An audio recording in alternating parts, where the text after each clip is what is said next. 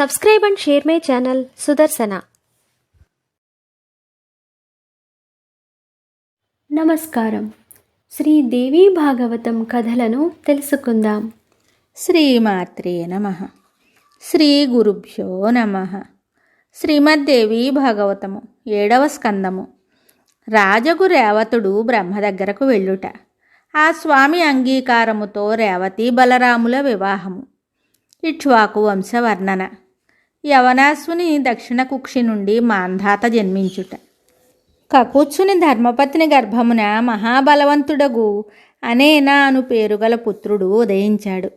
అతనికి సువిఖ్యాతుడు పరమపరాక్రమవంతుడైన పృథువు జన్మించాడు.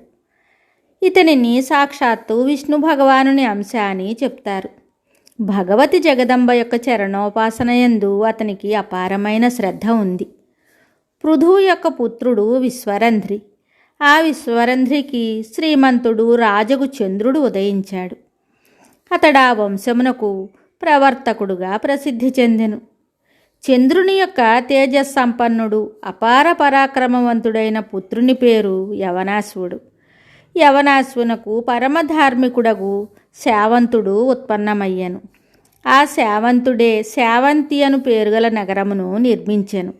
అది అమరావతిని ఉపమింపబోలునదై ఉండెను. మహాత్ముడగు శావంతుని పుత్రుడు బృహదస్వుడు. బృహదస్వునకు కువలాశ్వుడు జన్మించెను. కువలాశ్వుడు దుందువను పేరుగల దైత్యుని సంహరించెను. అప్పటి నుండి అతడు దుందుసారుడనే పేరుతోటి ఖ్యాతి వహించాడు. ఈ విషయము పరమ ప్రసిద్ధమైనది. కువలాశ్వుని పుత్రుడు దృఢాశ్వుడు. ఇతడు పృథివిని అన్ని విధములా రక్షించెను. దృఢాశ్వునకు యోగ్యుడైన పుత్రుడు శ్రీమంతుడగు హర్యశ్వుడు పుట్టెను. ఆ హర్యశ్వుని కుమారుడు నికుంభుడని పిలువబడెను. నికుంభుని కుమారుడు బర్హణాశ్వుడు. ఇతని కుమారులు కృశాశ్వులయ్యారు. కృశాశ్వునకు బలశాలియు సత్యపరాక్రముడగు ప్రసేనజిత్తు అను పుత్రుడు ఉదయించెను. ప్రసేనజిత్తు పుత్రుడు మహాభాగ్యశాలి అయి యవనాశ్వుడను పేరుతో సకల జగత్తునందు ప్రసిద్ధి చెందెను. యవనాశ్వునకు శ్రీమంతుడు రాజగు మాంధాత జన్మించెను. ఈతడు 108 భవ్య భవనములను నిర్మింపజేశాను. శ్రేష్టమైనవాడు. జగదంబను సంతుష్టురాలను చేసుకొనుటకు ఇతడు గొప్ప గొప్ప తీర్థస్థలములందు మందిరములను నిర్మించెను. తల్లి గర్భమున కాకుండా తండ్రి గర్భమున ఇతడు జన్మించెను. తండ్రి ఉదరమును చీల్చి దాని నుండి ఇతనిని బయటకు తెచ్చుట జరిగింది. రాజగు జనమేజయుడు అడుగుతున్నాడు, మహానుభావ, రాజగు మాంధాత జన్మ విషయమున మీరు చెప్పిన మాటలు కల్పనాతీతములు. ఇటివి వినుట గాని చూచుట గాని జరగలేదు. ఇప్పుడు మీరు ఆ నరేషుని జన్మ కారణమును విస్తృతముగా దయతో తెలపండి. సర్వాంగ సుందరుడైన పుత్రుడు యవనాశ్వ మహారాజు ఉదరము నుండి ఎట్లు జన్మించెను? ఆ పూర్తి ప్రసంగమును నాకు తెలుపుడు. వ్యాసుడు చెప్తున్నాడు, రాజా, రాజగు యవనాశ్వుడు పరమధార్మికుడు.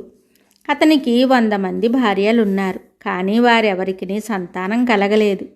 దీనివలన అతడు చింతాక్రాంతుడయ్యాడు. తరువాత సంతానం కోసం మిగుల ఖిన్నుడై అతడు వనాలకి వెళ్ళిపోయాడు. ఋషుల పవిత్ర ఆశ్రమములందు ఆయన కాలం గడుపుతున్నాడు. అచ్చట చాలామంది బ్రాహ్మణులు తపస్సు చేసుకుంటున్నారు. ఉదాసీనుడైన రాజును చూసి వారి హృదయంలో దయ కలిగింది. అందువలన ఆ బ్రాహ్మణులు రాజగు యవనాశ్విని అడిగారు, మహారాజా, నీవెందుకు ఇలా చింతితుడివై ఉన్నావు? నరేశ్వర, ఎట్టి మానసిక సంతాపము నీకిటి కష్టమును తెచ్చిపెట్టింది? నీవు సత్యమును చెప్పుము. నీ దుఃఖమును దూరము చేయుటకు సాధ్యమైనంత వరకు మేము చక్కగా ప్రయత్నిస్తాము. రాజగు యవనాశ్వుడు చెప్తున్నాడు, మునివరులారా, నా వద్ద రాజ్యము, ధనము, ఉత్తమ శ్రేణి గుర్రములు అనేకములున్నవి. రాజమహలునందు సాధ్వీమణులగు రాణులు ఉన్నారు. 3 లోకములందెందునూ నాకంటే బలవంతులగు శత్రువులు లేరు. మంత్రులు, సామంతరాజులు నా ఆజ్ఞను పాలించుటయందు తత్పరులై ఉంటారు.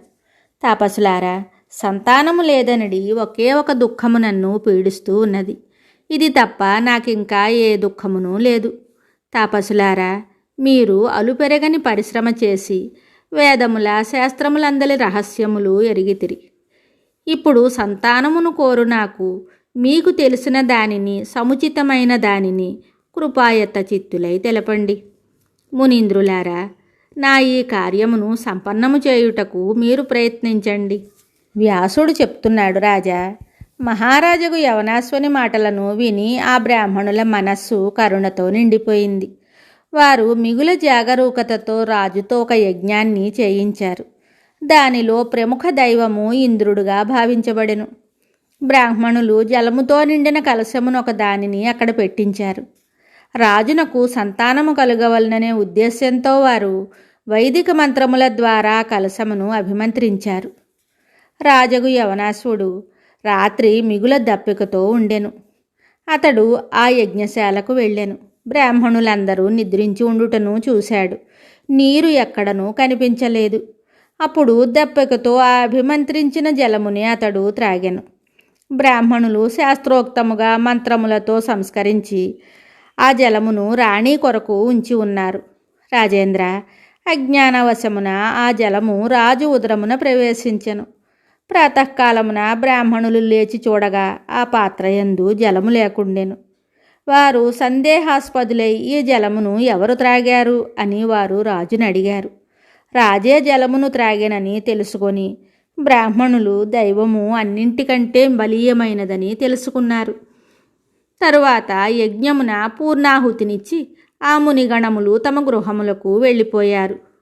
మంత్రప్రభావమున స్వయముగా రాజు ఉదరమున గర్భము నిలిచెను. సమయము పూర్తి కాగా మహారాజగు యవనాశ్వుని దక్షిణ గర్భము చీల్చబడెను. అందుండి పుత్రుడు ఉదయించెను. ఆ పుత్రుని బయటకు తెచ్చు శ్రేయస్సు మంత్రులకు కలిగెను. దేవతల కృప వలన రాజు ప్రాణములకు హాని కలగలేదు. ఈ కుమారుడు ఇప్పుడెవరి పాలు త్రాగును అని మంత్రులు గట్టిగా అరిచారు. ఇంతలో ఇంద్రుడు వెంటనే ఆ బాలుని నోటిలో తన చూపుడు వేలు నుంచి ఈ బాలుని నేను రక్షించెదను అని పలికెను. అతడే పెరిగి పెద్దవాడై మహాప్రతాపవంతుడు రాజగు మాంధాత అయ్యను. రాజా, ఆ నరేశ్వర్ని జన్మ వృత్తాంతము ఇదియే. శుభం. శ్రీ దేవీ భాగవతం తరువాయి భాగంలో మళ్ళీ కలుద్దాం. నమస్కారం. Subscribe and share my channel Sudarshana.